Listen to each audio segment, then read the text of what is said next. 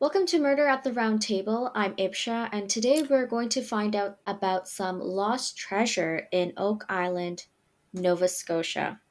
The site is called Money Pit, and it was initially found in the late 1700s. And like many lost treasures in Canada, this one also comes with a curse. Joining me today is someone who did not get cursed from finding lost treasure. It's Raf. Welcome to the show. Hi. Wait, so when did I find lost treasure? I said who did not get cursed from finding lost treasure. Well, yeah, but like the implication of that statement is that I found lost treasure and somehow I was not cursed. Well, okay, correction. He didn't get cursed or find lost treasure.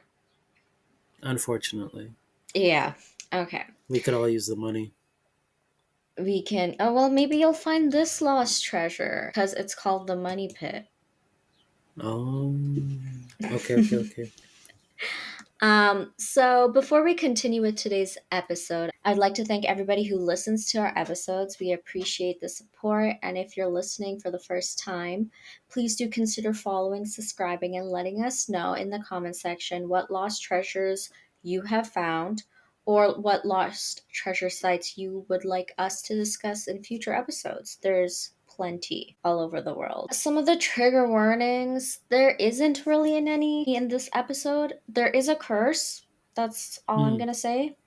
And this is most likely to be a four-part series, maybe. But in this episode, I don't get too deep into the curse. So there's that. But if I do come across specific triggers in the production of this episode, I will mention it in the description below. So please do look at that before continuing the episode. So, are you ready to go on a treasure hunt, Raf? Ready, steady, Freddy. All right, let me take you to Oak Island, Nova Scotia. Do you know about Oak Island? There's a TV series about discovering this treasure or discovering this, not discovering the site, but people going through the site and stuff. Uh, I don't think so. Before you do any research, I'll No, oh tell you no, more about it. oh no, I'm not looking necessarily into this. It's just the show. Like, is it reality TV? Is it fiction? What is it? I think it's reality TV. Oh, then yeah, I definitely haven't heard it. Like my Okay, reality TV is very, very limited to like trashy dating shows. fair. I actually talk a little bit about the show in a bit, but I'll Hmm. tell you a little bit of the background on Oak Island. Oak Island is a privately owned island in the south shore of Nova Scotia, and this island is known to have a money pit that was originally found in the 1800s. Or, sorry, late 1700s. And since then, many teams of treasure hunters, researchers, and excavators have tried to find the money pit, but they've been unsuccessful. Over the years, there have been some discoveries, such as finding coins from the 17th century made from Spanish copper, manuscripts, human bone fragments, and a lead cross, and also gold. And this gold that they've found was as recent as March 2025, so this year. None of the discoveries, however, led authorities to say that the missing treasure was found. And like I said, there is a show on it, and the people who produced and worked on the site in the show have claimed to found treasure, such as gold Hmm. and other things like that. But um, they actually also claim that the missing treasure is found, but the fans and the viewers of the show heavily dispute it, probably because everyone is expecting the treasure to be a lump sum of money because it's called the Hmm. money pit, and that money has never been found. So Hmm. technically, this case is unsolved. I don't discuss a lot of the show in this episode. This episode is mostly the discovery of the money pit, how it was found, the history kind of sort of thing. But in another episode, I'll probably talk about the show a little bit more. Okay. Any questions or confusions? Not confusions, but I can kind of see why people would be a bit skeptical about the show, Mm-hmm. because if you want people to keep watching, then you need to keep producing results. If you're not really finding anything, it's pretty easy to be like, "Oh, look, money! We found this singular gold coin here. We must be getting close." Like to keep people watching the show. And I Um, think, yeah. sorry, did you want to add anything? Oh no, I was gonna say that. Okay, two things. Either one, wherever this money pit is, Mm-hmm. already got flooded and all of that gold like spread out. That's why Mm-hmm. everyone's finding bits and pieces of it. Or two, it was never there and this is a red herring. Like if I had a lot of money, I would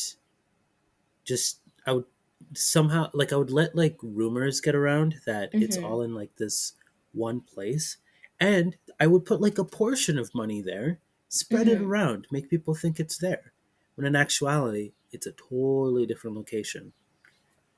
You're actually not far from the truth. And on Reddit, Nice. actually, I don't know what the truth is, but a lot of Yeah. people had the same theory. We'll Hmm. talk a little bit about flooding in this episode, that the site did flood and stuff. Um, Okay. Sorry, I just thought I stopped hearing things for a second. um, but yeah, the show, when the things that you said about the show, like there's so much you can do until like you have to like close it off. Um, Again, I forget what I was gonna say, but yeah, a lot of people kind of disputed, like, obviously they needed to end the show, so they kind of like, oh, we found the treasure, but they're finding its and bits here and there. That's kind of like what was the theory. But we'll talk a lot about that in future episodes.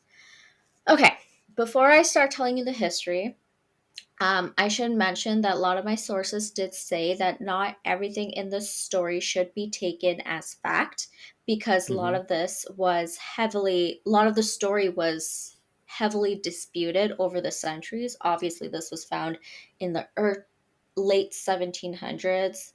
And what we know today is like pretty much like a huge game of telephone. Um, we don't have the original story, but it's similar to what I'm about to tell you in Hmm. some ways. And I do mention this later, but there's nobody who can actually tell us how accurate this story actually is. So there's that. Interesting. Okay. Yeah, this is pretty interesting, and that's why I bring it to the table today. So, okay. So the year is 1795. Sorry, a 16-year-old called Daniel McGinnis, and I'm going to call him Daniel from now on, went to Oak Island on a fishing expedition. Once he arrived to the island, Daniel found a oak tree with a clearing in front of it, approximately 4.8 diameters meters in diameter. Sorry, I missed that part. What caught Daniel's attention was that the tree seemed to have unnatural marks or scarring on the tree.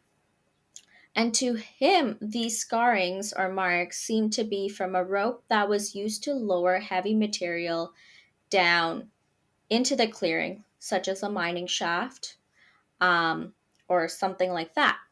So, Hmm. being young and imaginative, Daniel automatically thought of pirates and pirate treasure stories, and he believed that down the shaft, if there was one, there would be buried treasure.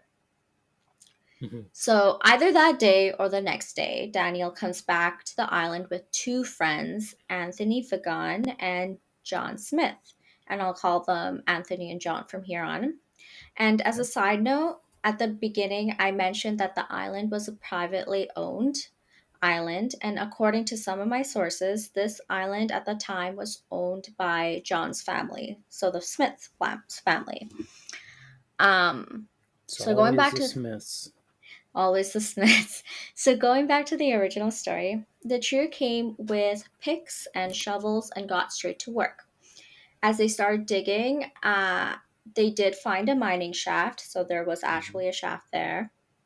And what was really exciting to them is as they were digging, they were noticing that there was already pick marks on the clay sidings of the shaft. So it's been dug before. As they got deeper and deeper, they were finding various things at different intervals. At around 1.2 meters, they hit a layer of flagstones. They removed that and kept digging. At 3 meters, 6 meters, and 9 meters, they found packed logs. After removing these layers, the boys realized that this task wasn't for them alone, and they probably need more equipment to get to the treasure. As much as they didn't want to leave, they simply could not continue. But before leaving, they made a pledge to uncover the lost treasure someday. The next time these boys returned to the island, it was after 9 years. And this time they Sheesh. actually had a local businessman named Simone, or not Simone, it's Simon Linz. I don't really use this name later, but that was the name. Um, and not only did he provide financial support, but he also provided equipment and also manpower from local labor force. Everyone involved on the project agreed to do the job for a share of the gold or treasure that would be found. Hmm. And from here, it was pretty much all hands on deck at 12.5 meters and 15.2 meters and 18.2 meters. The team found oak, but also coconut fibers and putty. And at 21.3 meters and 24.4 meters, they found a platform of oak. And I believe either the 24.4 meters, I think it was the 24.4 meters interval, the oak was Hmm. sealed with putty. I'm going to go on assumption here, but I don't think coconut is a natural product of Nova Scotia. So finding the coconut fibers was a bit of a surprise to this crew or team. And what was also a surprise to the group, and this is actually kind of funny, at 27.4 meters, they found a stone, and the stone was not native to Nova Scotia at all. And their stone had an inscription on it that nobody could read. It wasn't in English, and it was one of those things that it was just like symbols and different characters. But looking at this, everyone believed that they were close to the treasure. And regardless of knowing what that inscription meant, they just kept digging. They put it to the side and kept digging. So I'm going to go on a separate note because, like I said, this is pretty funny and kind of interesting to me. I actually did an entire um, research on the stone, which will be on the next episode, but I should tell you some details about that stone and the inscription. But okay, so the inscription, nobody actually made a note of what it looked like. No one drew it out. Of course, there was no cameras, so no pictures was ever taken. And the stone completely disappeared in 1912. There is pictures and I guess like a guesstimate of what this inscription looked like. But again, because it disappeared in 1912, we don't have the actual thing. We don't know what it looked like. So no Who, one who, ma- today can actually hmm. decipher what that inscription is. But who made that guesstimate? If we don't know like what it looks like, Mhm. It, did somebody there like remember it, copy it over, kind of thing, or? yeah, I mentioned this in the next episode. I will mention it in the next Oh, episode. okay. So it's kind of like a big game of telephone. The workers who worked on the site might have told somebody, and for a Mm. while it was available for people to see. So, yeah, it was kind of like a big game of telephone up until a certain point. So, like I said, it disappeared in 1912. No one really knows what it looks like, but in a book in 1949 stated that the inscription said 40 feet below, 2 million pounds are buried. And next episode, we're going to go deeper into where this 40 feet idea come from and where the Hmm. author of the book get their sources. One big hoax. It's one big hoax, could be, It's one but big hoax. I feel yeah. like you just walk up to. Oh, okay. So one question I had was, um, how did Daniel take the route of like there's treasure here for sure? I think he was just inspired from like pirate stories, Yeah, books he's read. but inspired enough that like 9 years later he gets a financial backer, he gets people, he gets equipment. Like that's a lot of stuff. Here's the thing, this might Yeah. not be what originally happened, but something on the Mm-hmm. lines. Because he and his friends had found the shaft and the shaft had pick marks and stuff, Mm-hmm. I think that was like enough to, I imagine it from the story, enough to be like, okay, there's something here. But what happened in reality, we don't know. Maybe they did come across money, or like you said, there's its and bits. So they found a little bit of those bits and they were like, okay, there's definitely something deeper. Let's go find Mm-hmm. it 9 years later. That's what I assume. But Okay. yeah. So what happened to the original group? Well, night Mm-hmm. happened. It was getting darker that day, harder to see, so they called it off for the day. The next day happened to be Sunday. There was some religious commitments, so no work happened. And the very next day, Monday, everyone had returned to the site.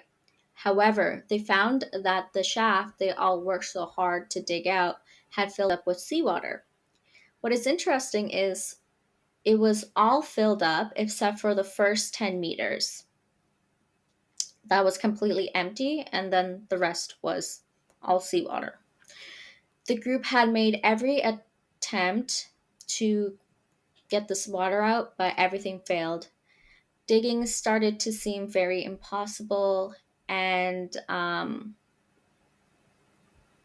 the project was pretty much abandoned for another year. During the pause or break, it was decided that a separate shaft would be dug next to the original.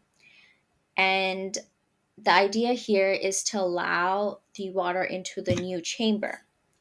Mm-hmm. The, however, when the plan was being executed, the second shaft that was being built tunneled at 33.5 meters.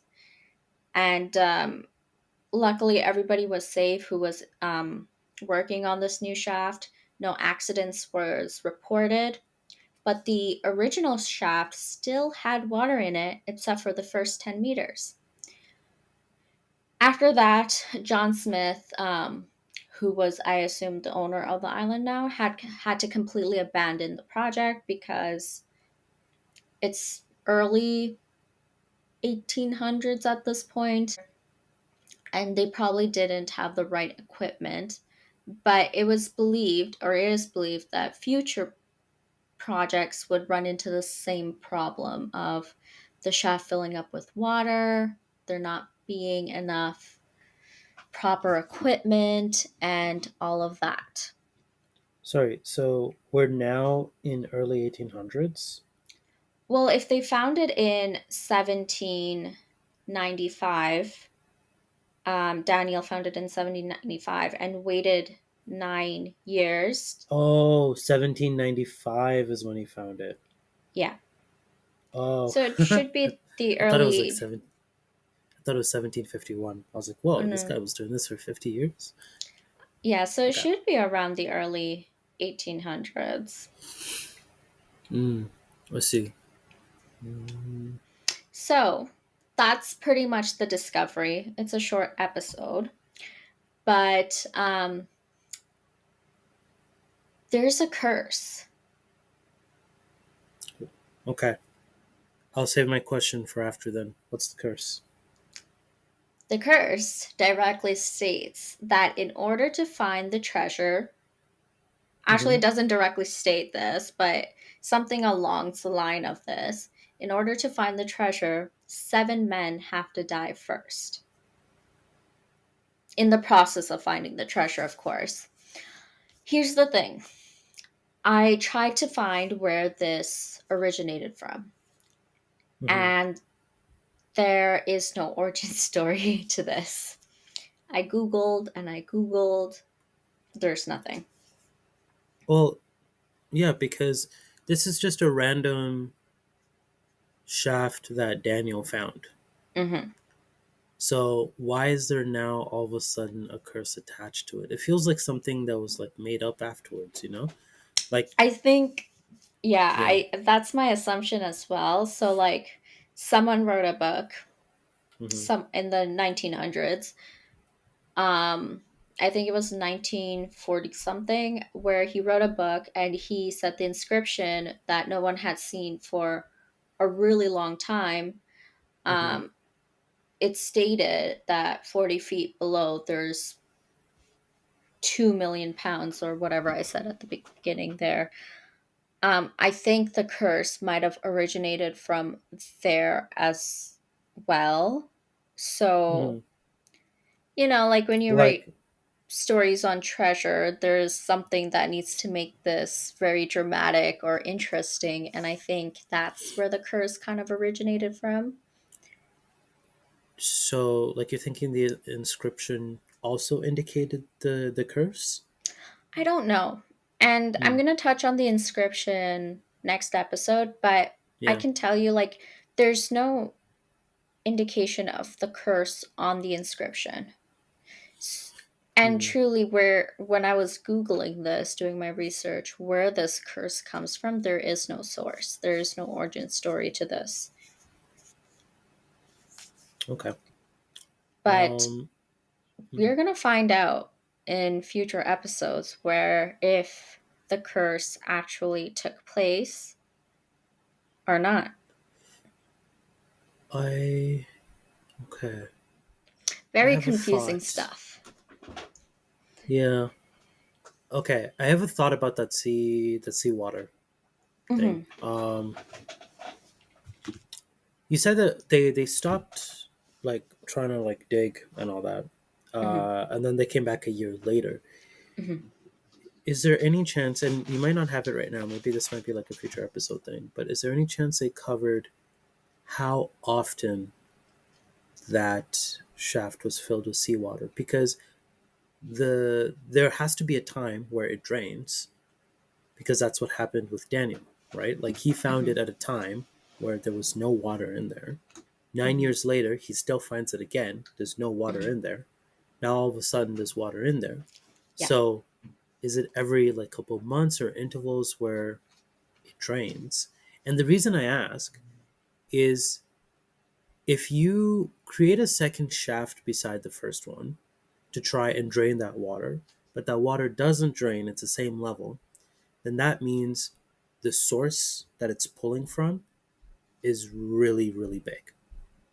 So I'm thinking, depending on how close that shaft is to like the shore or like to the ocean, there's Hmm. another entrance to that same chamber, maybe underwater, that Hmm. like depending on whether or not you're having a high tide or low tide, Hmm. that thing gets submerged in water Yeah. and that automatically fills up to the top, which is why you're never going to be able to like dump out that Fully, water yeah, fully dump it out. because That is you know a good thought. And I think that might be a future episode to look at, because I yeah. think I have a source, a site where it goes through all the projects that took place on the money site to find this treasure.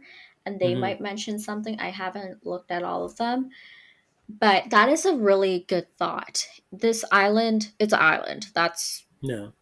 That's the first thing. But if because I was looking at all the theories of who could have possibly put the treasure, and based off what you said, like there could be a separate, source, or like based off of high tide or low tide, that is what's flooding. That source is flooding that chamber, the shaft. Hmm.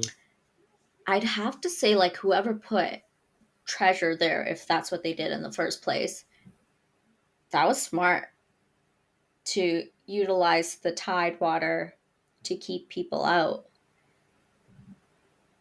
from Because, accessing the treasure. yeah, because if you think about it, let's say you found a cave that's typically submerged, right? Mm-hmm. You found it and you're like, oh my god, this is a great place to put my treasure because most of the time people can't get in here, but I need to be able to get in here constantly. What do? You dig a Mm-hmm. hole. You dig a very, very deep hole into said cave. Now you have easy access from like the mainland instead of trying to like find that submerged entrance that you Mm-hmm. found the first time. You have access to get in, access your treasure, whatever, and leave. But then Mm-hmm. let's say you can't do that anymore and you need to hide your treasure now, right? Mm-hmm. So what do you do with that entrance? You plug it up, Right. right? But if that chamber originally that you put your treasure in, like if that or cave, whatever, if it gets submerged, that water's gonna go up to every single like opening you have, including that shaft that you had originally. Mm-hmm. So I think that's one thing I'd want to know is like how like what's the schedule on this like what's it called, submerging? Mm-hmm. Because the other thing too is maybe they did find the treasure, maybe they found it, but they have to pretend they didn't, and it was like a deliberate act to flood that thing. Because if that shaft or whatever is still flooded till today, like Mm-hmm. no one can get access to it on any day of any year, nothing, that feels like there was a change and probably a man made one. One of the theories was on Reddit that someone pointed out that the treasure might have been found and removed before Daniel even found the shaft. Um, Yeah, because 9 years is a long time. well, even before that, if there's Mm, coins from the 17th century, that's mm-hmm, the century before, so the 1600s. Um, mm, there's and there is plenty of window right there yeah. to for someone else to have found it. But And then, so I was going to say, then most likely it would have been the family that owned the island. well, we don't know. I don't know when at what point who took over. So I Mm-hmm, think the last episode that I'm gonna do on this is go through the theories of like who could have possibly put what in there.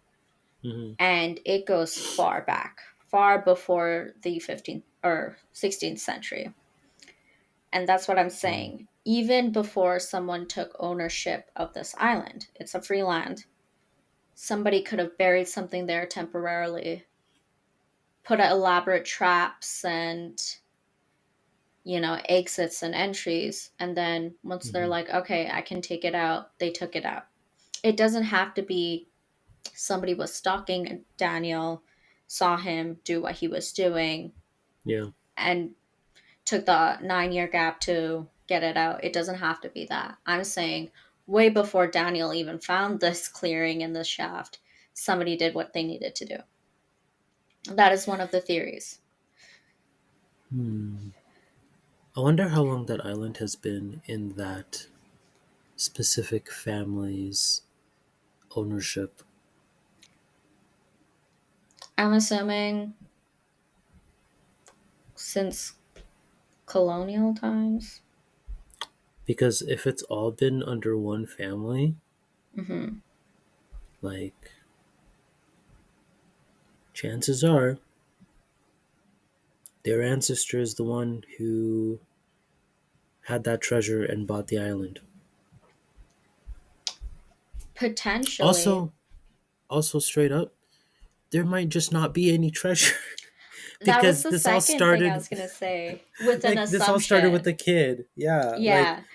this is a kid started saying, "Oh my goodness, this pirate treasure here." And now everybody thinks it's pirate treasure, but it's not like there was no like ancient book or whatever or diary or journal or anything as well. I don't know yet. I'm just talking Well, out of they my did find ass because this just manuscripts and started. stuff in there, Oh, okay. but that was until much later. Hmm. Yeah, even with the inscripted little stone that they found, it wasn't little, it Hmm. was quite large, but they're still going off of this huge assumption, and it's called the money pit based off of an assumption. Yeah. So, did you have any other questions? No, I'm just excited to see the rest of this. Good, My head is because buzzing with theories. good. I think you should write them all down because a Mm. lot of them, um, like I said, the fan base of this show that was created kind of got sick and tired, so they started to counter argue the show, its research, and everything that we've known about this island, and a lot of it's just based off of logic. So you might have some things that people have already been like, yeah, we don't think this is legit. But on our next episode, we're going to be talking a little bit about the stone. Where where is the stone? Who had the Hmm. stone and the possible history of it? But if you enjoyed this treasure hunt so far, be sure to join our future episodes because it's kind of messy and not very organized. And everything, as we said, is based off of assumptions. And truthfully, there may not be missing treasure, they may be missing treasure, and this case is kind of still unsolved. Um, and truthfully, who knows? Maybe somebody listening, maybe it'll be Raph. They'll find the treasure. Well, we also Oh, have a I curse. yeah, I don't care about the curse. I'm not there digging, so I'm not gonna find this. But if somebody listens to this and actually finds this thing, come on, you gotta give us some credit. Like we have student loans, we have some debts, we have things to pay off. So send us some money our way if you use our theories, please, Mhm. please. Um, please. So that's it. It's a shorter episode, but I think I've created kind of a timeline. Although a lot of this timeline not a timeline, I guess. It's more of the discovery story, and it might not be based on 100% facts. But thank you all for joining, and we will see you next time. Bye. Bye bye.